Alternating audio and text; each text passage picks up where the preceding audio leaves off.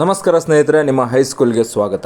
ಮೊನ್ನೆ IPL ಮುಗೀತು, RCB match ಗೆಲ್ತು. ಅದರ ಒಂದು ಸಂಭ್ರಮಾಚರಣೆಯ ವೇಳೆಯಲ್ಲಿ ಕಾಲು ತುಳಿತ ಆಯಿತು, ಹಲವಾರು ಜನ ಸತ್ತು ಹೋದರು. ಈಗ ಕುಟುಂಬಗಳು ನರಳಾಡ್ತಾ ಇದೆ. ದಿನನಿತ್ಯ ನಾವು ಮಾಧ್ಯಮಗಳಲ್ಲಿ ಅದ್ರ ಬಗ್ಗೆ ಚರ್ಚೆಗಳನ್ನು ಮಾಡ್ತಾ ಇರೋದನ್ನು ನೋಡ್ತಾ ಇರ್ತೀವಿ. ಮತ್ತು ನಾವು ಕೂಡ ಒಂದು ಗೋಳನ್ನು ನೋಡಿ ಕಣ್ಣೀರು ಸುರಿಸೇ ಇರ್ತೀವಿ. ಆದರೆ ಈಗ ಸರ್ಕಾರಗಳು ಮಾಡಿದಂತಹ ಎಡವಟ್ಟು ಇದರಲ್ಲಿ ಎದ್ದು ಕಾಣಿಸ್ತಾ ಇದೆ. ಅದಕ್ಕೆ ಪೊಲೀಸ್ ಅಧಿಕಾರಿಗಳನ್ನು ನೆಪ ಮಾಡಿ ಅವರನ್ನು ಹೊರಗಾಕುವಂತಹ ಕೆಲಸ ಆಗ್ತಾ ಇದೆ.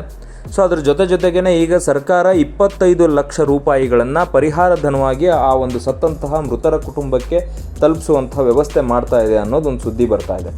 ನೋಡಿ, ಈಗ ಅಂಥದ್ದೊಂದು ಘಟನೆ ನಡೀತು, ಅದಾಯಿತು. ಒಂದು 11 ಜನ ಸತ್ತರು. ಅದಕ್ಕೆ ನಾವು ಎಷ್ಟು ಒಂದು ಚಡ್ಪಡಿಸಿದ್ದೀವಿ ಅನ್ನೋದು ಎಲ್ಲರಿಗೂ ಗೊತ್ತಿರುವಂಥ ವಿಚಾರ. ಖಂಡಿತವಾಗ್ಲೂ ಇಂಥ ಘಟನೆಗಳು ಆಗಬಾರ್ದು, ಅದೆಲ್ಲ ಗುಡ್ ಆ್ಯಂಡ್ ಫೈನ್. ಬಟ್ ಈ ಒಂದು ಘಟನೆಗಳಾಗಿದ್ದು ಮನರಂಜನೆಯ ಕೂಪಕ್ಕೆ ಬಿದ್ದಂತಹ ತೆವಲಿನ ಜನರೆಲ್ಲ ಸೇರಿಕೊಂಡು ಒಂದು ಕಡೆ ಅವರು ಕಾಲು ತೊಳೆದು ಆ ಒಂದು ಕಾಲು ತೊಳೆದಕ್ಕೆ ಸತ್ತಾಗ ಸರ್ಕಾರಗಳಾಗಿರೋವು ಪರಿಹಾರ ಧನವನ್ನು ಘೋಷಿಸ್ತಾವಲ್ಲ, 25 ಲಕ್ಷ ಪರಿಹಾರ ಧನ. ಇದ್ರ ಬಗ್ಗೆ ನಾವು ಯೋಚನೆ ಮಾಡೋದೇ ಇಲ್ಲ. ಬಿಕಾಸ್ ಅದೆಲ್ಲ ನಮ್ಮ ಒಂದು ಟ್ಯಾಕ್ಸ್ನ ಮನಿ.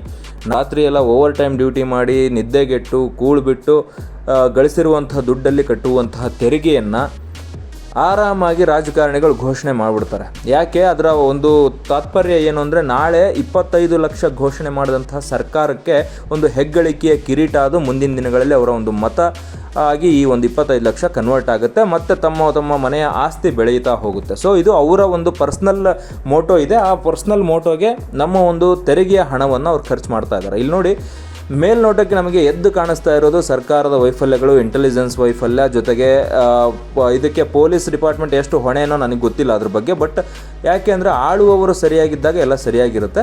ಸೊ ಇವರು ದಿಢೀರ್ ಅಂತ ಒಂದೊಂದು ಕಾರ್ಯಕ್ರಮಗಳನ್ನು ಹಮ್ಮಿಕೊಂಡು ದೊಡ್ಡ ಸೆಲೆಬ್ರಿಟಿಗಳು ಬರುವಂತಹ ಕಾರ್ಯಕ್ರಮಗಳಿಗೆ ಒಂದು ಪ್ರೋಟೋಕಾಲನ್ನು ನೀಟಾಗಿ ರೆಡಿ ಮಾಡ್ದೇನೆ ದಿಢೀರ್ ಅಂತ ಹಮ್ಮಿಕೊಂಡು ಇಂಥ ಒಂದು ಕಾರ್ಯಕ್ರಮಗಳನ್ನು ಮಾಡಿದಾಗ ಯಾವ ಪೊಲೀಸ್ ಇಲಾಖೆ ಆಗಲಿ ಅಥವಾ ಮಿಲಿಟರಿನೇ ಬಂದು ನಿಂತ್ಕೊಂಡ್ರೂ ಕೂಡ ಲಕ್ಷಾಂತರ ಜನಗಳನ್ನು ಕಂಟ್ರೋಲ್ ಮಾಡೋದಕ್ಕೆ ಸಾಧ್ಯ ಆಗೋದಿಲ್ಲ. ಬಿಕಾಸ್ ಅಲ್ಲಿ ಎಷ್ಟೇ ನಾವು ಕಠಿಣವಾದಂಥ ನಿರ್ಧಾರಗಳನ್ನು ತಗೊಳ್ತೀವಿ ಅಂದ್ರೂ ಕೂಡ ನಾಳೆ ಮತ್ತೆ ಜನಕ್ಕೇನಾದರೂ ಸ್ವಲ್ಪ ತೊಂದರೆ ಆದರೆ ಮತ್ತೆ ಆಳುವವರೇ ನಮ್ಮ ಪೊಲೀಸ್ ಡಿಪಾರ್ಟ್ಮೆಂಟನ್ನು ಬಂದು ಮತ್ತೆ ಹಿಡಿದು ಕೇಳ್ತಾರೆ. ಸೊ ಪೊಲೀಸ್ನವರು ಕೂಡ ಒಂದು ಪ್ರೋಟೋಕಾಲನ್ನು ಸಡಿಲಗೊಳಿಸಲೇಬೇಕಾಗುತ್ತೆ. ಸೊ ಹಾಗಾಗಿ ಇದು ಆಳುವವರ ಎಡವಟ್ಟಿನಿಂದ ಆದಂತಹ ಒಂದು ಚಟುವಟಿಕೆಗೆ 25 ಲಕ್ಷ ದಂಡವನ್ನು ನಾವು ತೆರಬೇಕಾಗಿದೆ. ಪ್ರತಿಯೊಂದು ಫ್ಯಾಮಿಲಿಗೆ 25 ಲಕ್ಷ ಅಂದರೆ ಹೆಚ್ಚು ಕಡಿಮೆ 3 ಕೋಟಿ ಹತ್ತತ್ರ ದುಡ್ಡನ್ನು ಸರ್ಕಾರ ಏನು ಕೊಡ್ತಾ ಇದೆಯಲ್ಲ ಮೃತರ ಕುಟುಂಬಕ್ಕೆ, ಅದು ಇಂಡೈರೆಕ್ಟ್ಲಿ ಪರೋಕ್ಷವಾಗಿ ನಾವು ಸರ್ಕಾರಕ್ಕೆ ಕೊಟ್ಟಿರುವಂತಹ ಹಣ. ನಮ್ಮ ಹಣವನ್ನು 3 ಕೋಟಿ ಹಣವನ್ನು ಇವರು ಆರಾಮಾಗಿ ದಾನ ಮಾಡ್ತಾ ಇದ್ದಾರೆ.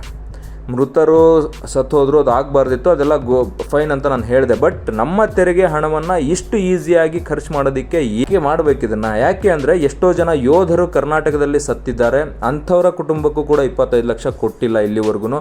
ಆಮೇಲೆ ಎಷ್ಟೋ ಸಂಘ ಸಂಸ್ಥೆಗಳು ಧಾರ್ಮಿಕವಾಗಿರುವಂಥದ್ದಾಗಿರ್ಬೋದು ಅಥವಾ ನಮ್ಮ ಒಂದು ಕಲೆ, ಶಿಲ್ಪಕಲೆ, ಸಾಹಿತ್ಯ, ಈ ಥರದ ಹಲವಾರು ಸಂಘ ಸಂಸ್ಥೆಗಳಿಗೆ ಇಲ್ಲಿವರೆಗೂ ದುಡ್ಡು ಸಿಗ್ತಾ ಇಲ್ಲ. ಪ್ರತಿಯೊಂದು ಇಲಾಖೆನೂ ಕೂಡ ಯಾವುದೆಲ್ಲ ಕರ್ನಾಟಕವನ್ನು, ಕನ್ನಡವನ್ನು, ಸಂಸ್ಕೃತಿಯನ್ನು ಉಳಿಸೋದಕ್ಕೆ ಹೆಣಗಾಡ್ತಿದ್ದಾವೋ ಅದು ಯಾವುದಕ್ಕೂ ಕೂಡ ಸರ್ಕಾರದಿಂದ ಪೋಷಣೆ ಸಿಗ್ತಾ ಇಲ್ಲ. ಹೀಗಿದ್ದಾಗಲೂ ಕೂಡ ಯಾವುದೋ ಒಂದು ಮನರಂಜನೆಯ ಕ್ಷೇತ್ರಕ್ಕೆ ಅಲ್ಲಿ ಹೋಗಿ ಅವರವರ ತೆವಲುಗಳಿಗೆ ಹೋಗಿ ಬಿದ್ದು ಸತ್ತು ಅವ್ರವ್ರ ಪರ್ಸ್ನಲ್ ಮ್ಯಾಟ್ರ್ಗಳದು. ಅವರು ಸತ್ತಿದ್ದಕ್ಕೆ ಇಡೀ ಕರ್ನಾಟಕದಾದ್ಯಂತ, ರಾಷ್ಟ್ರದಾದ್ಯಂತ ಚರ್ಚೆ ಆಗಿದ್ದಕ್ಕೆ ರಾಜಕಾರಣಿಗಳು 25 ಲಕ್ಷ ಆರಾಮವಾಗಿ ತಮ್ಮ ಒಂದು ಜೇಬಿಂದ ತೆಗೆದುಕೊಡ್ತಾ ಇದ್ದಾರಲ್ಲ, ಇದಕ್ಕೆ ನನ್ನ ವಿರೋಧ ಖಂಡಿತ ಇದೆ. ಬಿಕಾಸ್ ಇದು ನಾವು ಕಟ್ಟಿದಂತಹ ತೆರಿಗೆ ಹಣ. ಈ ಥರದ ಘಟನೆಗಳು ಒಂದು ನಾಡು ಅಂದಾಗ, ರಾಷ್ಟ್ರ ಅಂದಾಗ ಅಗೇನ್ ಆ್ಯಂಡ್ ಅಗೇನ್ ಆಗ್ತಾನೆ ಇರ್ತವೆ. ಆರಾಮಾಗಿ ಮಾಡುವಂಥ ಕೆಲಸಗಳಿದ್ದಾವೆ, ಹಾಗಾಗಿ ಕೈ ತುಂಬ ದುಡ್ಡು ಬರ್ತಾ ಇದೆ.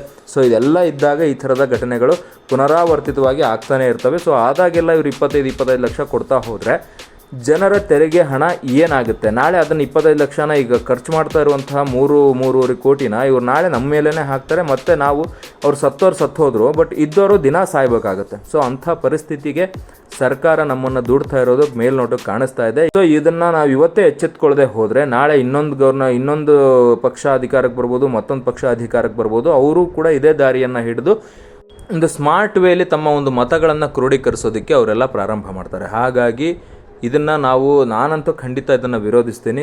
ಮೃತರು ಆತ್ಮಕ್ಕೆ ಶಾಂತಿ ಸಿಗಲಿ, ಅವ್ರು ಸಾಯಬಾರ್ದಿತ್ತು, ಆಗಬಾರ್ದಿತ್ತು ಆ ಘಟನೆ, ಅದೆಲ್ಲ ಓಕೆ. ಬಟ್ ಅವರ ಕುಟುಂಬಕ್ಕೆ 25 ಲಕ್ಷ ಇವ್ರು ಬೇಕಾದ್ರೆ ಅವ್ರು ಮಾಡಿದ ತಪ್ಪಿಗೋಸ್ಕರ ಅವ್ರ ಕೈಯಿಂದ ಕೊಡಲಿ ಅದನ್ನು, ಮತ್ತು ಸರ್ಕಾರದ ಬೊಕ್ಕಸದಿಂದ ಅದನ್ನು ಕೊಡೋದಕ್ಕೆ ನನ್ನ ವಿರೋಧ ಖಂಡಿತವಾಗ್ಲೂ ಇದೆ.